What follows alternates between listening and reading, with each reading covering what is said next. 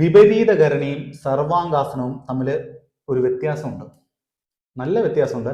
പലരും സർവാംഗാസനം എന്ന് പറഞ്ഞ് ചെയ്യുന്നത് വിപരീതകരണിയാണ്. സർവാംഗാസനം എന്ന് പറയുമ്പോൾ ബോഡി സ്ട്രെയിറ്റ് ലൈനായിട്ട് നിൽക്കണം. വിപരീതകരണി എന്ന് പറയുമ്പോൾ നമ്മളുടെ ബട്ടക്സിന്റെ ഭാഗത്ത് ചെറിയൊരു ഒരു ഒരു തള്ളൽ വരും. ഇത് രണ്ടും തമ്മിലുള്ള വ്യത്യാസം കാണിച്ചില്ല. ബാ, ഫസ്റ്റ് ചെയ്യാൻ പോകുന്നത് വിപരീതകരണിയാണ്. ഓക്കെ, ശ്രദ്ധിച്ചോണേ.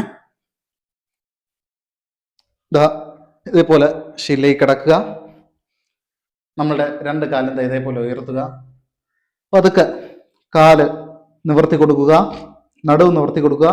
നമ്മളുടെ കൈയിലേക്ക് നമ്മളുടെ ബട്ടക്സിനെ ഇറക്കി വെക്കണം, കാലിന് നന്നായിട്ടൊന്ന് പോയിന്റ് ചെയ്യണം.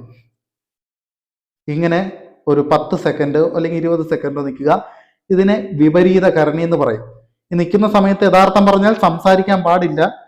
വീഡിയോ എടുക്കുന്നുണ്ട്, നിങ്ങൾ പറഞ്ഞു തരാൻ വേണ്ടിയിട്ട് ഞാൻ സംസാരിക്കുന്നതാണ്. ഓക്കെ, ഇതിനെ തന്നെ സ്ട്രെയിറ്റ് ആക്കി കൊടുത്താൽ അത് സർവാംഗാസനമാണ്.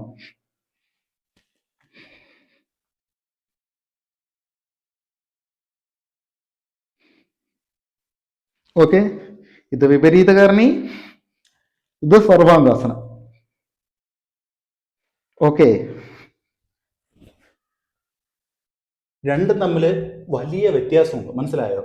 ഇനിയെങ്കിലും ചെയ്യുമ്പോൾ ശ്രദ്ധിക്കുക. വിപരീതകരണിയും സർവാംഗാസനവും ഇത് രണ്ടും നല്ല വ്യത്യാസമുള്ള സംഭവങ്ങളാണ്.